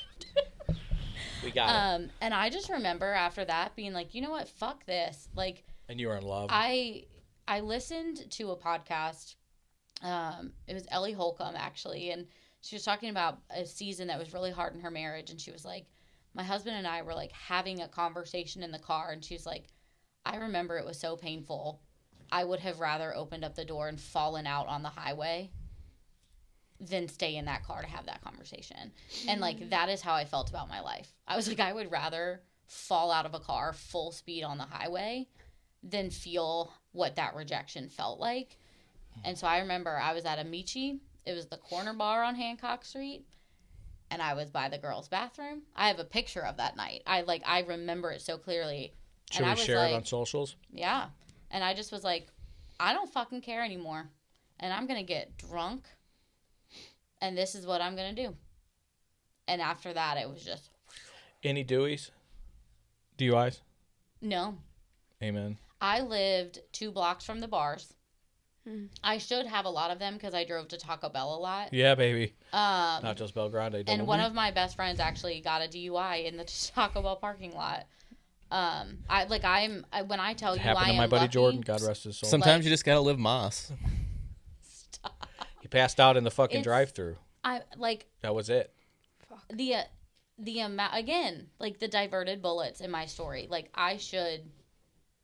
I mean, it's not dramatic. You should. But it's there's like times you probably not be here. I should have a DUI. I feel that way. Literally, if just to do the penance of having driven drunk and put people at risk, I should have a DUI. And it's not something I'm proud of. Right. Like it is embarrassing to me. It makes your stomach kind of turn thinking about it Yeah. now. Because now I just did it, so thanks. And like, I dodged it. Like I never, and I remember like my friend Miranda, who I lived with in grad school. Like we lived 2 blocks from the bar, so we would stumble. We'd get home. Sure. Did you drink at home? Oh yeah. Yeah. My brother-in-law was trying to teach me how to budget, and he was like, maybe like don't go out so much to the Steven. bars. No, different brother-in-law. Okay. This is the anesthesiologist. And I remember going to his house once. I was like, Jim, like, such great advice. I just, like, started buying alcohol. Now I drink at home. And he said, that is not. That's not what I said. That's not the takeaway. And I was like, no, but it was. I did. Oh. That's what I took away. that is, yeah. I was like, no, I'm drinking at home now. And I he was said, like, thank you. Now you say you're welcome. Brago. and, like, Jim is, like, a dad and a brother to me. Because, like, he's. A little bit older. Love that in a man. Yeah, I mean, he's older than Beth. So he's maybe 20 years older than me. And he met me when I was 9. Real smart. I too. met him at a Chuck E. Cheese. Like, he... I love that like- they used to have the whipped cream based icing cake. I'm not into whipped cream based icing. And I will go on record with that. Yeah, we're not going to cut that. You better not. It's your episode. You know what? Have If fun you on our do- Instagram, getting drugged through the comments on that one. Let me tell you this, though. If you get Sam's Club to sponsor this podcast, Not a bad their cupcakes slap so hard. Sheet cakes, cupcakes. All of it. It's the fucking- best icing on the yes. planet. Really? Yes. Somebody get Sam's Club up in this bitch Oh my to God. get me some free cake. You know the flowers Yes, that they'll don't put on even talk there, to me and about then it. It's okay. Well, I'm going to like when they're cold, Yeah. and then you can just It is like no fondant here. I pay $50 a year just to be able to Just to order get that. Sam's Club cake. I was at Sam's Club last weekend, and I have to avoid the bakery. It's dangerous. Mm-hmm. It's dangerous. You can't keep that physique with putting down too many floury whatevers. Icing flowers. It slaps. Oh my God. Anyway. Good to know. So yeah, no Deweys. When did Dad die? Dad died May 7th, 2019. And Yeah. Mom died August 1st, 2019. Fuck. Yeah. Bad year. So I'll say. Bad year. Did you? I'm not even gonna bring up the Stanley Cup. And June he 12th, and he did 2019. still, and he did. June 12th, I'd say my 2019. year was a little worse. Dude. Yeah, So it was the best year of my life. how did you? Coming from someone who has also in different ways lost both parents, was there any relief when, like, I feel like that comes with grief sometimes and we don't want to talk about it, Yeah. but especially when it's abusers, which neglect is abuse, and it's like hard to frame it, you know? Yeah, so my dad, he had been sick. Yeah. He had almost died. In He December, right? so he actually almost died 4 years before that. Screaming. A fighter. And he came back, and like we had 4 years that we didn't think we were going to get with him. So like there was nothing left unsaid. He went from palliative care to hospice. Oh boy. Like we knew it was coming. When he first got sick, he decided he wanted to write a book. And so my sister and I transcribed his, he would send us voice memos and we would transcribe them. So we have a book that's the story of his life. And the very last chapter of the book is him saying, like, they told me I have probably 18 months to live and I'm okay. This is a fucking Like, movie, man. My dad, for reasons I will not share on the podcast, is one of the best men I have ever met. And it is one of those things where, like, it is, like, a very private thing for my family for some of the reasons why. Of, like, there are things he took to his grave and ways he protected people's reputations and allowed himself to be painted as the bad guy to not make other people the villain. And, like, just one of the absolute best examples of Jesus Christ on this earth that you could find. And he was ready to go. I just got and Holy Spirit. let me tell you this. 25 years old, I'm like, Dad, like, you're not going to meet my husband. Like, you're not going to meet my kids. Like, I'm, like, sobbing. And he just looks at me and goes, well, Bible says there's no tears in heaven, so I don't think I'm going to be too sad about it. Nice. My man. Screaming. You're like, I was like, you at least no, pretend? I'm broken. And he was like, no tears in heaven. I'm good. Well, we're on Earth right now, Dad. He was like, I Waterworks won't. He was now. like, I won't even miss him. And I'm like, oh my God. But, like, that's how he was. He was Love so him. ready and so confident in what was waiting for him on the other side.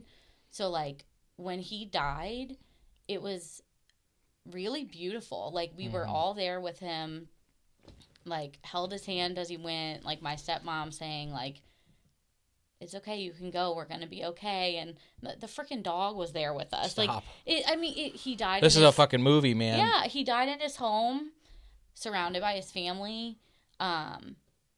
It was everything you could have asked for. It was, like, the most beautiful, like, example of how to die well and, like, how to, like, end the race, right? And, like, I'm so lucky that I got to see that. So lucky to be his daughter and, like, get to be one of the people who carries his legacy. And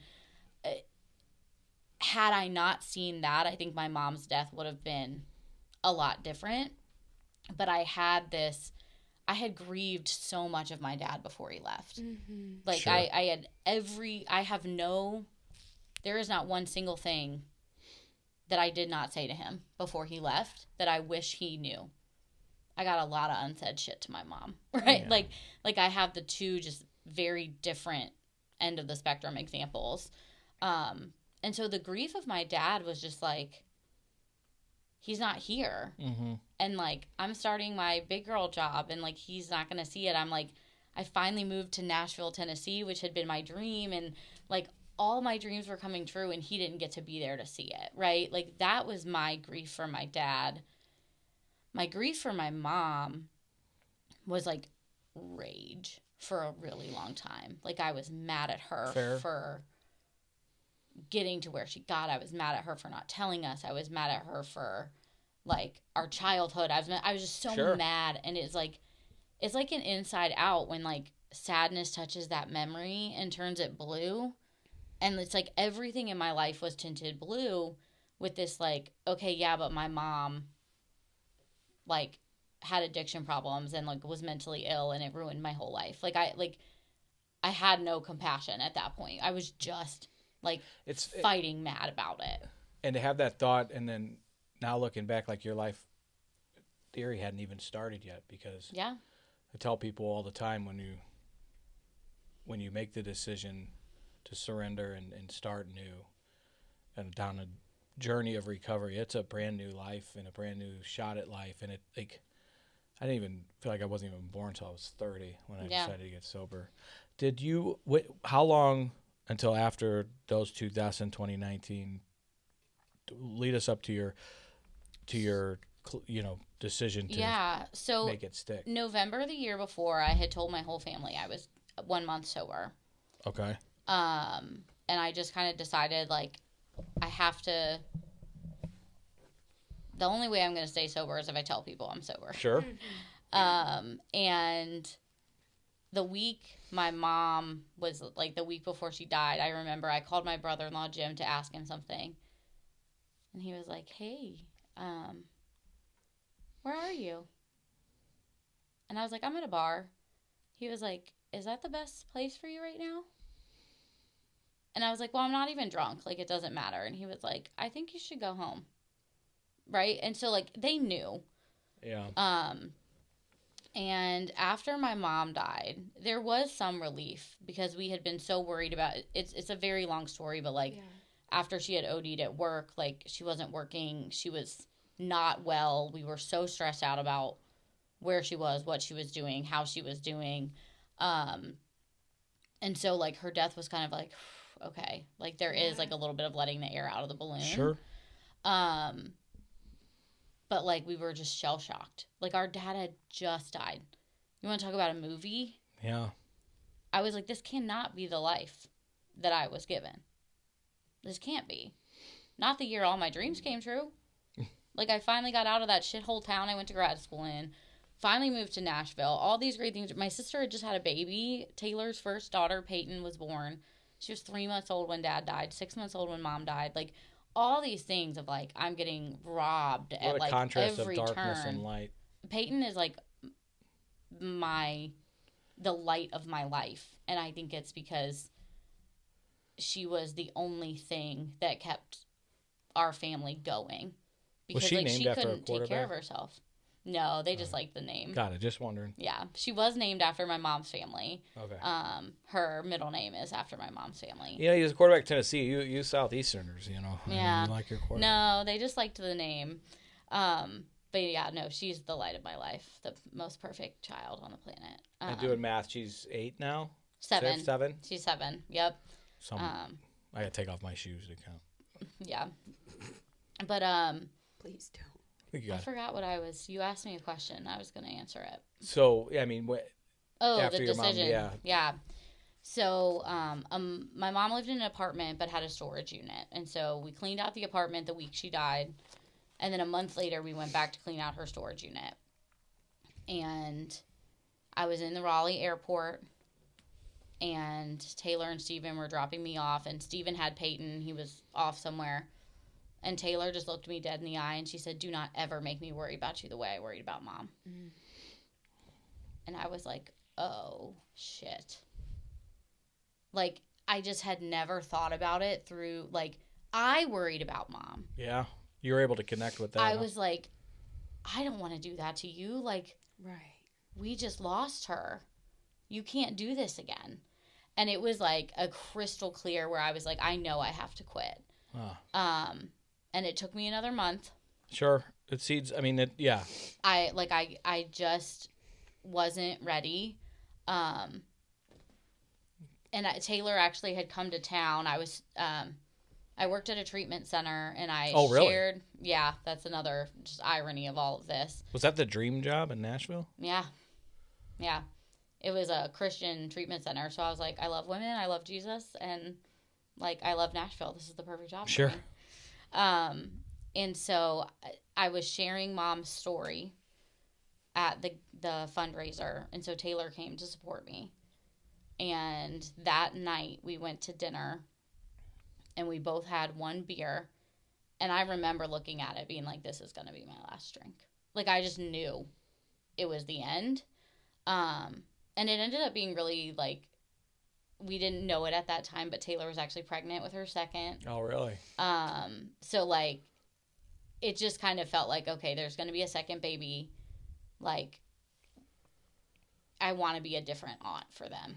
Because at one point I had called Beth, and I was like, are you going to take your kids away from me?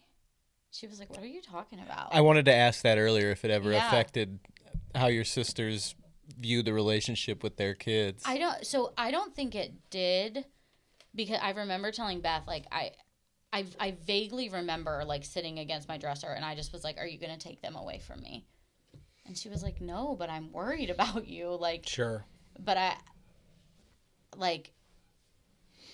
I also, like,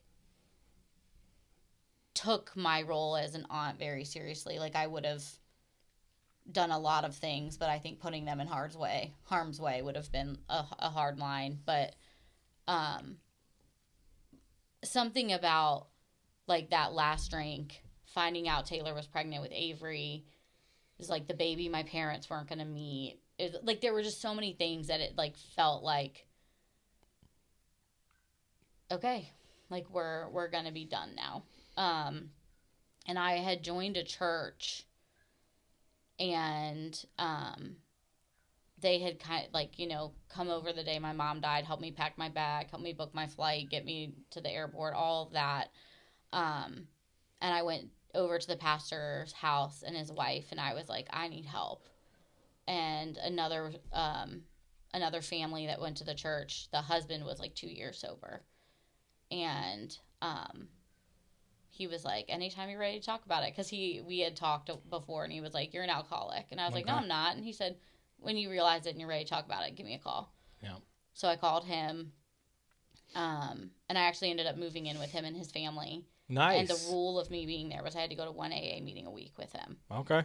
And I was like, okay. And man, I hated AA. Did you? Oh man, I couldn't relate. I felt like in that room I could convince myself I was not sick because I wasn't as bad as anybody else in there, because I dodged bullets. Like, I didn't have a DUI. I didn't really have a rock bottom where I lost everything.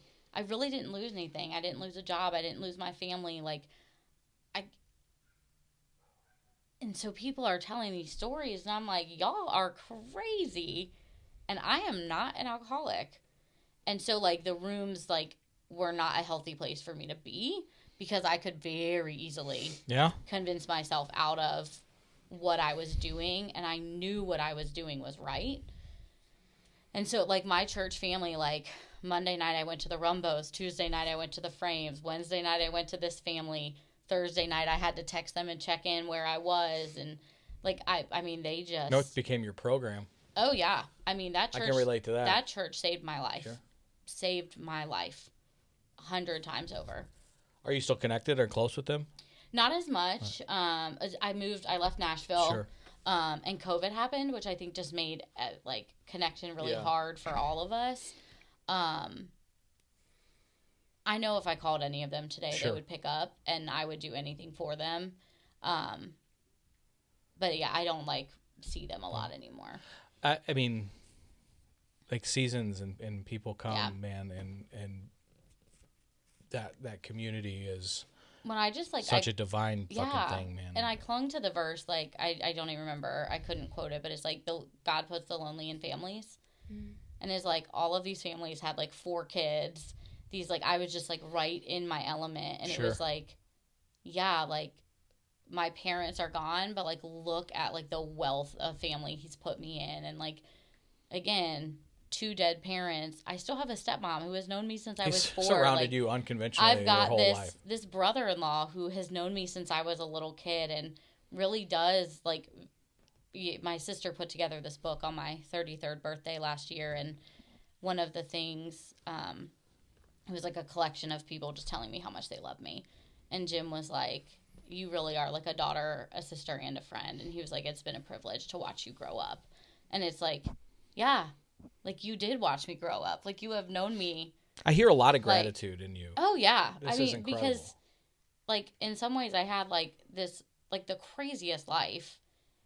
And, also one of the most beautiful. It has been, You can really see the silver linings, and yeah.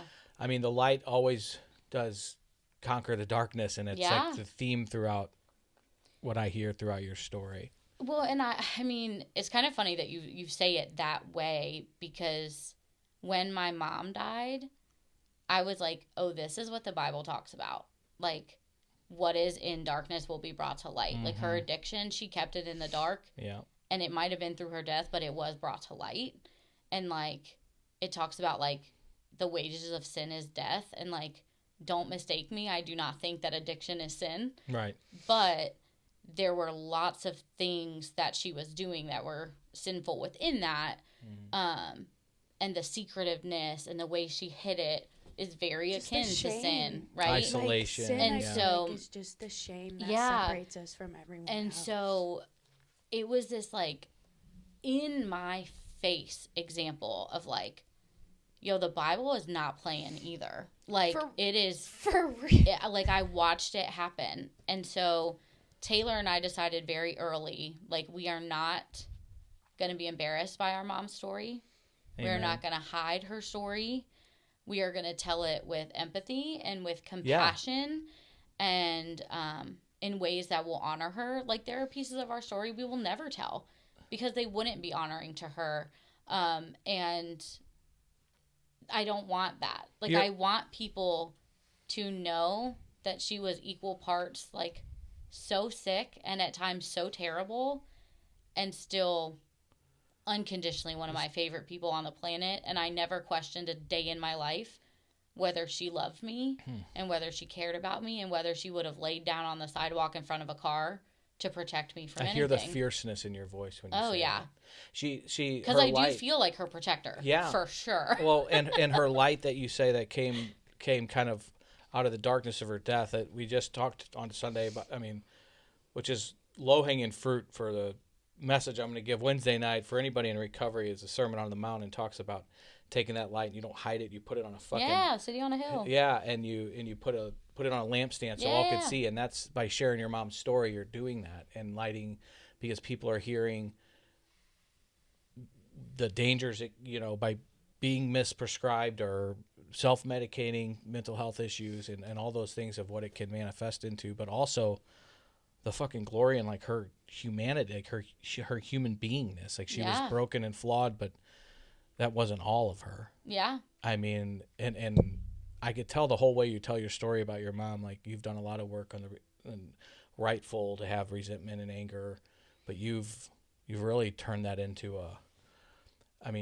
to honor her, and I think that's really incredible. That's, a lot of people can't get there their whole fucking life. I mean, I know people that are in their 80s mad at their parents that died young because they were alcoholics and addicts, and I like for those people that don't know it, and I don't know if you participated, but ACA is a big meeting now for adult children of alcoholics and dysfunctional families, but it's helping a lot of people heal and find compassion in people that they are otherwise like boat anchored, pissed off at, because it just drags you down to carry that. Your anger is valid, but doesn't have to be. And what's so hard about it for me is like a huge part of the reason I have the perspective I have is because she is gone. Like, my sister and I have talked about, like, trying to get her into treatment would have destroyed our relationship. I mean, she would have felt betrayed. She would have cut us off. She would have... There are so many ways it would have been so hard. And then for her to come back and try to win that trust back... there are pieces where I'm like, I don't know how children who have parents in recovery are able to do that. Like in real time. I think it is because, like, she can't hurt me anymore. Like, there is nothing else. There's no fear of relapse. There's no like threat anymore. Yeah. Like a shoe's gonna drop. Or... Yeah, and I hate that, because I always say, like, if they're alive, there's hope. Right? Yep. The only time recovery is not an option is if you are gone. Right? But I also know, like, the journey would have been much different if she had lived. And I think it would have been a lot harder to come back from. And I don't think impossible, but there is a part of me that's glad we didn't have to go down some of those ugly parts. Morgan, I think what I hear about your mom is she suffered from the disease of addiction. Yeah. But she had some major other mental health diagnoses that just about, with bipolar, most definitely borderline, which is a very ill mental health condition. And that's just, who knows what else. Like, she was not just an addict. I mean, there's a lot going on there. There was, and that's a tough, I mean, that is, and for her to still have a daughter sitting here on a podcast talking about the love and light that she did shine amongst that is a testimony to her fucking fighting, and because that takes a lot of people down. A lot of strong people can't even. I know borderline people out there just alone or borderline that have nobody sit there in a chair talking like this about them. Yeah. Let alone an addict and bipolar and God knows what else. Yeah. And I mean, my sister and I depression. my sister and I gave her eulogy, And one of the words we did, like, use, you know, was, like, she was one of the bravest fighters. Like, she really did, like, fight to stay. And one thing I know, I mean, suicide, like, we kind of wondered for a minute, but Taylor and I looked at each other and we're like, she would have never left us. There's not a world in which her illness would have let her walk away from us. And I just know that in, like, the deepest part of my spirit. Like, she would have never willingly caused us the harm that her death caused us. And there's something so comforting about that, to know that, like, it really was not her choice. And, like, by the end, not much was her choice. Right? Like, she wasn't just in the driver's seat very much. Not at all. I mean, not at all. I mean, and you're still young and you've been through a lot. So do you have a sober date? October 26th, 2019. So you're coming up on 7 years. Yep. Congratulations. Peyton's my marker of time. And like, whatever age Peyton turns, that's how old I'm turning. Jazz and Holly are in the parking lot, so we can record Needed to Hear That after this. But I don't want to go without it on this show, and we'll talk about it more on Needed to Hear That. But what you do for a living, because it's so important now. I know I didn't know much about the national thing, but definitely what you're doing in North Carolina, because I mean, you're working on legislation, and talk a little bit about your nonprofit, or is it called? It's a nonprofit. It is, but we're a trade association, so we represent specifically the addiction providers in North Carolina. Another burp. Macro social work. Yeah, macro. So, man, if I had only known I was going to be a social worker. Girl, yeah. So the thing that's really cool about APNC is we touch every part of the continuum.